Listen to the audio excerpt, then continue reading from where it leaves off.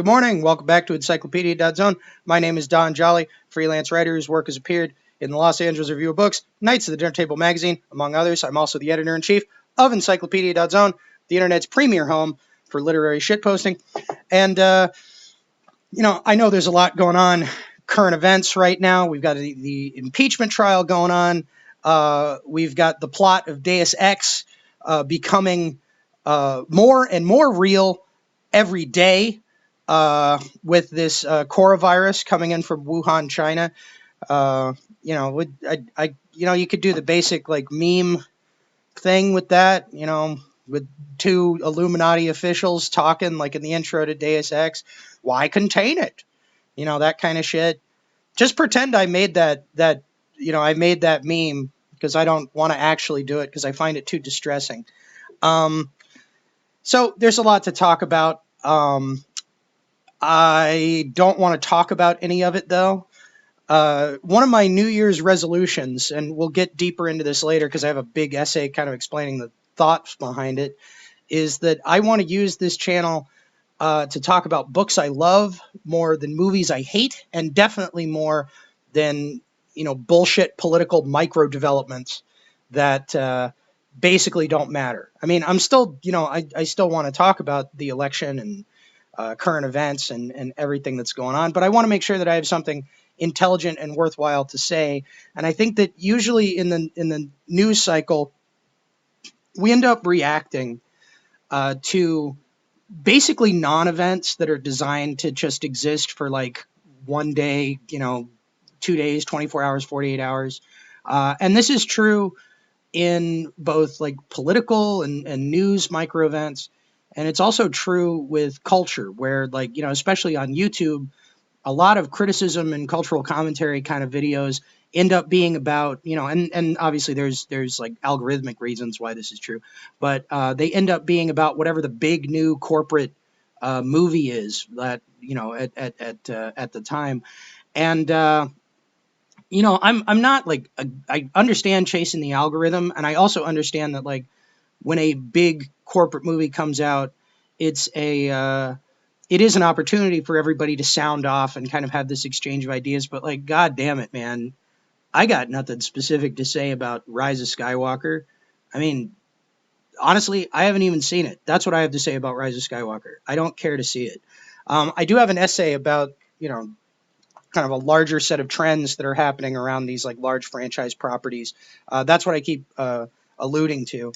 And that's also why it's been kind of a trickle of content on the channel over the course of January, because I basically have two giant essays that I'm trying to finish, and hopefully you'll be seeing those over the next couple of weeks. I don't want to make any promises because I don't want to look like a jackass, but I'm working very hard over here.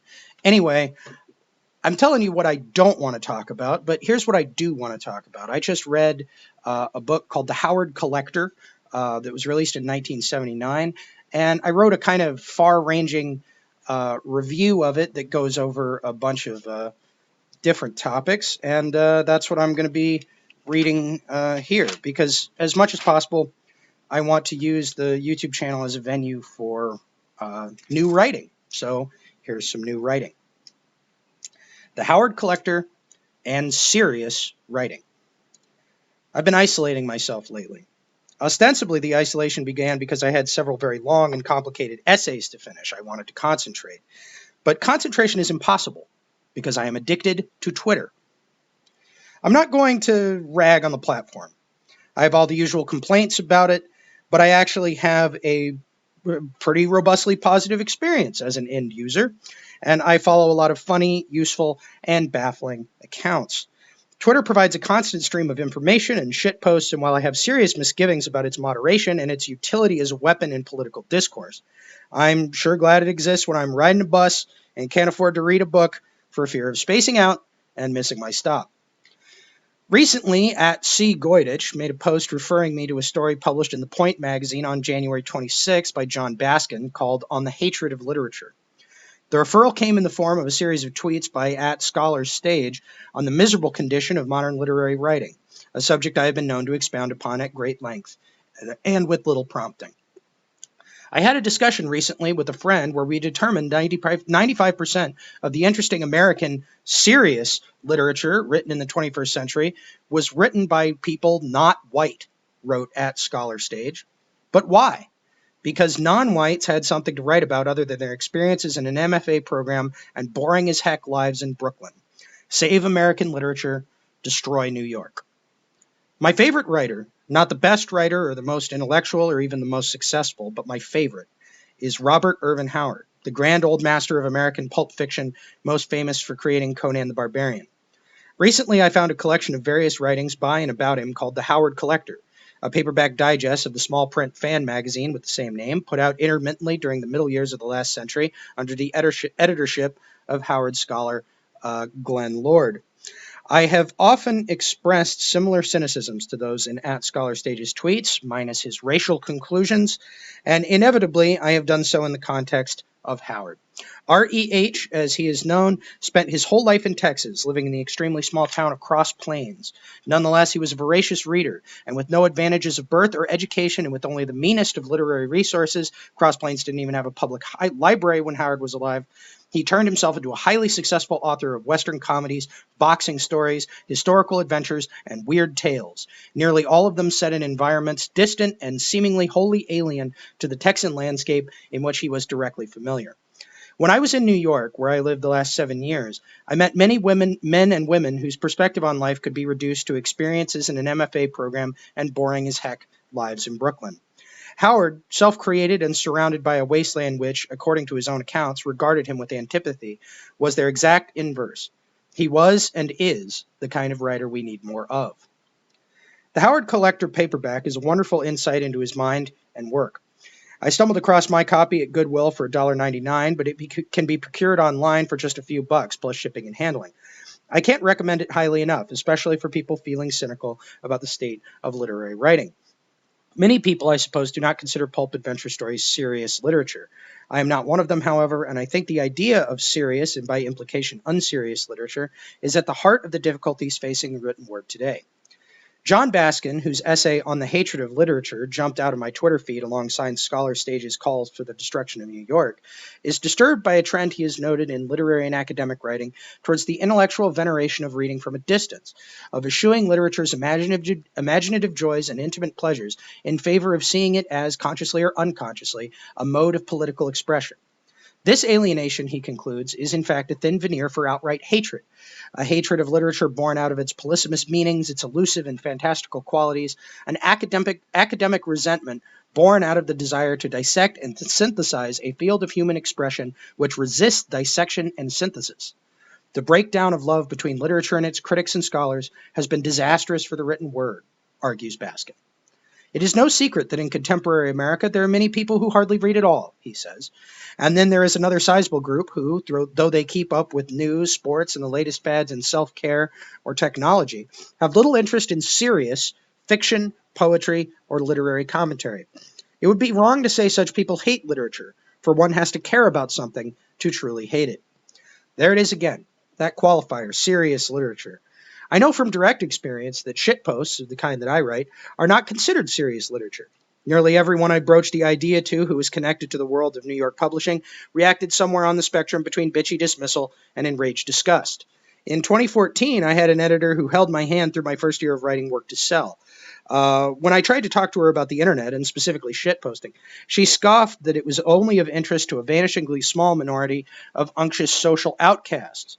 When she started to lecture me about Gamergate, I cut all contact with her, and my resentment over the experience was the rocket fuel that powered me throughout the great meme war of 2016, when I, like many other shitposters, forsook my name to revenge myself on a diversity of perceived establishments, the gestalt of our posts forming a new media campaign which successfully contributed to the election of a cartoon character to the presidency of the United States. It was then that the shitposters announced themselves as not only something to be taken seriously, but something to be feared. And the aftermath of that black passion has become the background radiation of our lives in 2020. You want a tip? Put a little chocolate milk in your coffee. Start your day with some chalky. Yeah. Assholes with MFAs proliferate in modern literary writing because, mediocrity aside, they have the proper credentials and connections to interface with the extremely insular world of literary editors and publishers. I don't agree that literature can be saved by destroying New York. There's a lot of great writers and artists in New York. Some of them even write for magazines whose output, on the whole, is the worst kind of safe collegiate dog shit. No matter where you go, there are people with interesting life experiences struggling, as Howard did, to turn them into art. But the New York literary scene is certainly cliquish and snide, and its members are obsessed with establishing their seriousness while dismissing the seriousness of others. Gamergate's special irony was that its establishment side, beginning with paid games journalists and graduating all the way up to the United Nations, was wagging its finger at online subcultures for being exclusionary gatekeepers, while the professional world of these moral scolds is nothing but a whole community of bitter, deceitful, and above all else, serious actors, each working desperately to secure and maintain their places in a mechanism which seems to have reduced literature to just another signifier of class status. I knew a woman once who was pursuing a PhD in literature. The subject of her thesis was ISBN numbers. Books, in this analysis, being primarily interesting as units of commerce. She was serious. Her work was taken seriously. But what it came to at the end of the day was reading hundreds of pages of literary art and only seeing a price tag. She loved literature, this woman. She truly did. But she existed in a professional context that, as Baskin says, considered her love distasteful and proletarian. When I moved to New York, I wanted to be serious too. Before arriving, I'd written and published weird stories and essays on monster movies and supplemental material for role-playing games, but I wanted more than that. I wanted to confirm that I was a real writer. But as I integrated into the society of real writers, I found that most of them had inherited their reality by virtue of having cash, of being able to hang in the moneyed world of publishing both materially and socially. By 2016, it had dawned on me that no matter what I did, I could never be one of them. I simply couldn't afford it. The subsequent mental breakdown left me living in a warehouse without running water, nervously trying to accumulate sufficient misery to commit suicide. Now I am back in Texas, Howard's country, and I am beginning to see the affair with a certain amount of emotional remove. Howard did commit suicide in 1936. My paperback of the Howard Collector features many poems and letters written in the aftermath of that tragic event.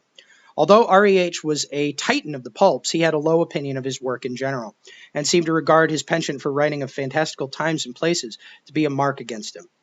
He made several attempts to write and sell material more closely hued to the environments of his native Texas, and he sometimes spoke of the necessity of adopting the subject of Cross Plains, the fading oil boom town in which he lived, as the next necessary step towards literary legitimacy. There's a great little story in the Howard Collector called Spanish Gold on Devil Horse.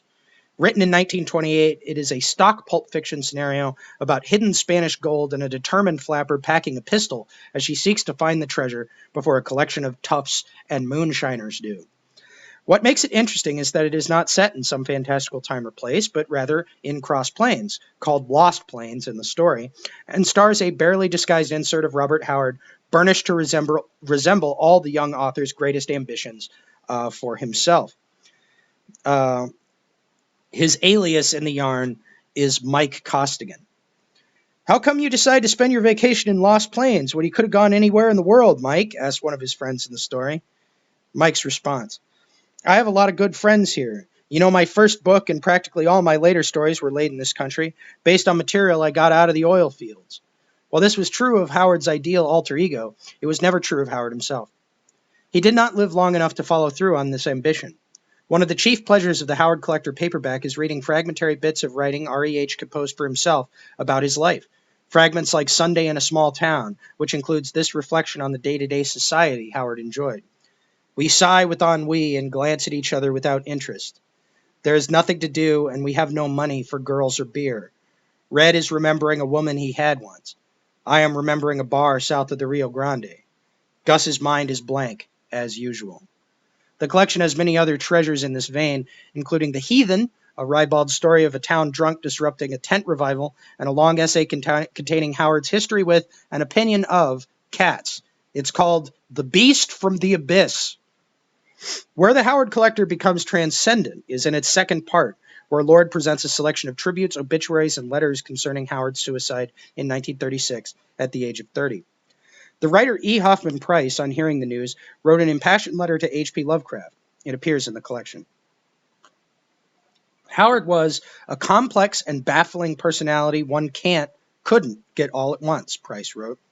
An overgrown boy, a brooding anachronism, a scholar, a gripping, compelling writer, a native Boy Scout, a man of great emotional depth, yet strangely self-conscious of many emotional phases which he unjustly claimed he could never put into writing fiction.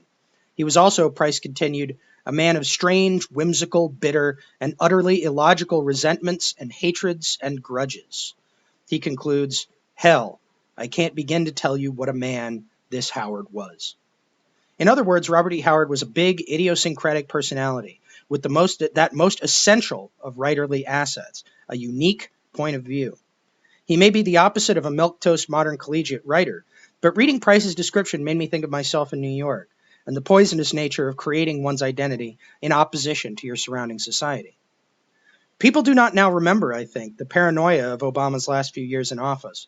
After 2012, many of my friends in publishing talked about Nate Silver in reverential tones, saying that not just politics, but history itself had been solved like a math equation.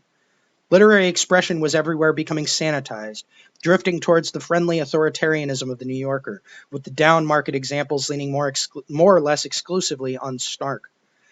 I met with a man about a job at the religion news service at Milk and Roses, a bar in Brooklyn that looks like a Wes Anderson set, and as sunlight streamed in through the windows, falling across the spines of old books, chosen purely as decoration and forming bands of color across the room's back wall. I was told that the job was to get Democrats elected. I pitched to Gawker, I toured the Huffington Post, and I drank cocktail after cocktail. When Baz Luhrmann's Great Gatsby came out, all the starter rich in Long Island City started throwing theme parties based on it with no irony at all. All the while I was shitposting in secret, conscious of the fact that one of my brutal memes, or even my public association with the Chans or other message boards, could signal the end of whatever career I had managed to build. I began to feel like even my best friends in the writing game were two Paul Krugman op-eds from calling the Department of Homeland Security and having me thrown in a re-education camp. And all because I called Barnacle Jim gay.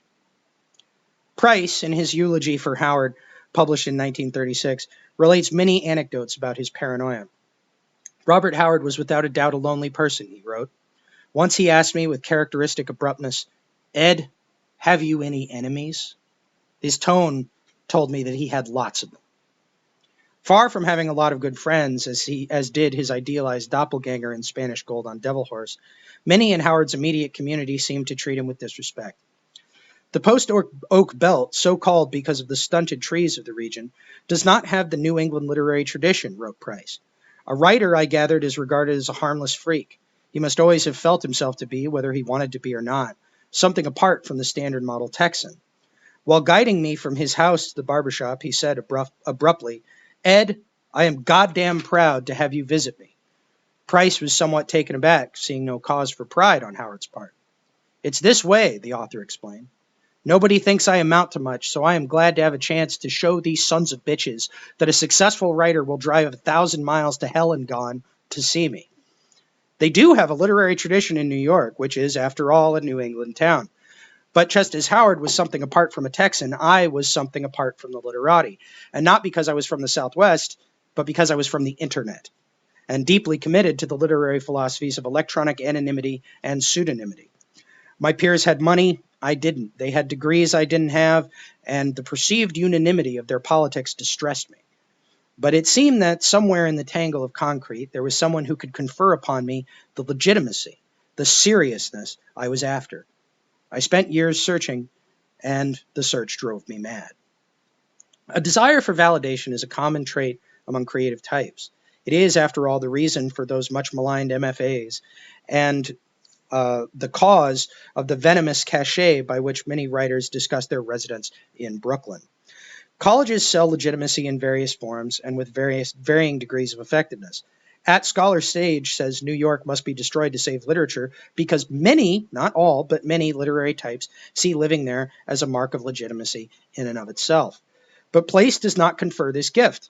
Writing is the only thing that makes a writer legitimate, and writing is only legitimized when it connects to an audience, when its strange, messy human energy somehow affects the miraculous transfer of thought from one being to another. Howard excelled as a writer, but his ideas still live vividly today. But he failed to recognize his own worth. He failed badly when he killed himself. Like so many weird story writers, he was an exaggerated escapist, wrote Price to the Acolyte magazine in 1945. His exit in 1936 surely indicates that he had, alas, entirely missed the point and meaning of life. Because of Howard's stupendous misunderstanding of life, his father spent the final 8 years of his life alone and with ill health and grief as his only company.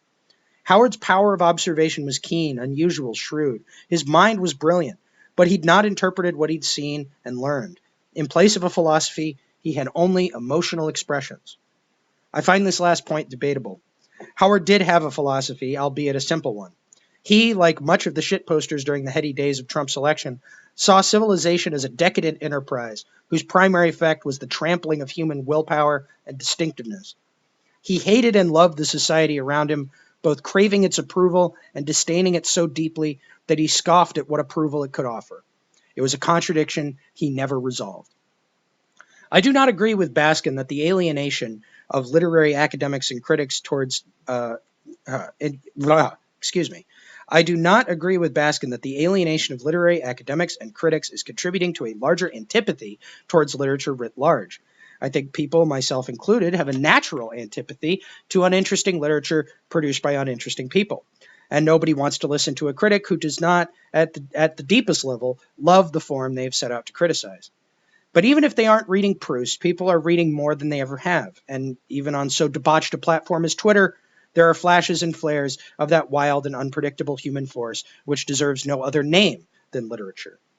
The fact that I don't see it from many literary magazines does not shake me. How many so-called literary writers contemporary to Howard are still discussed today? Honestly, I see more people talking about Howard online than I see talking about Norman Mailer or Gore Vidal or, hell, Ernest Hemingway. His fantasies of brutal barbarians and civilizational decay are still as vital as the day he wrote them, and they will remain vital, I suspect, until civilization collapses utterly, which should, after all, be sometime next year if the Council of Atomic Scientists is to be believed. The love of literature is stronger than the hatred of it.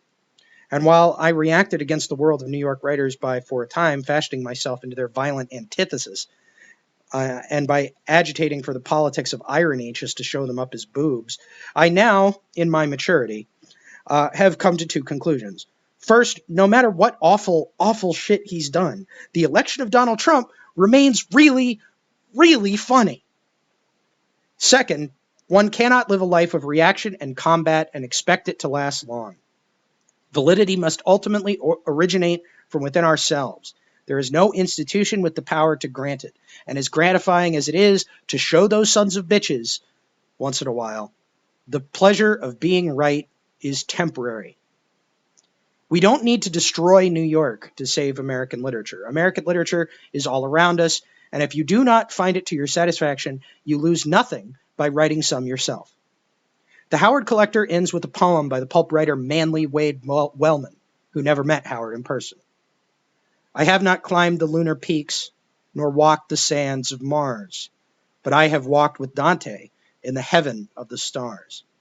I have never heard your voice, nor seen the power in your eyes, but I have felt your strength and seen the flame that never dies. The Howard Collector, edited by Glenn Lord, 1979, ace science fiction. Pick it up. And you can hit me up if you like the videos I'm doing, you want to support me. You could go to patreon.com/HRC2020. More videos coming very soon. We're gonna get this year rolling. Cheers from Encyclopedia Zone HQ in Austin, Texas.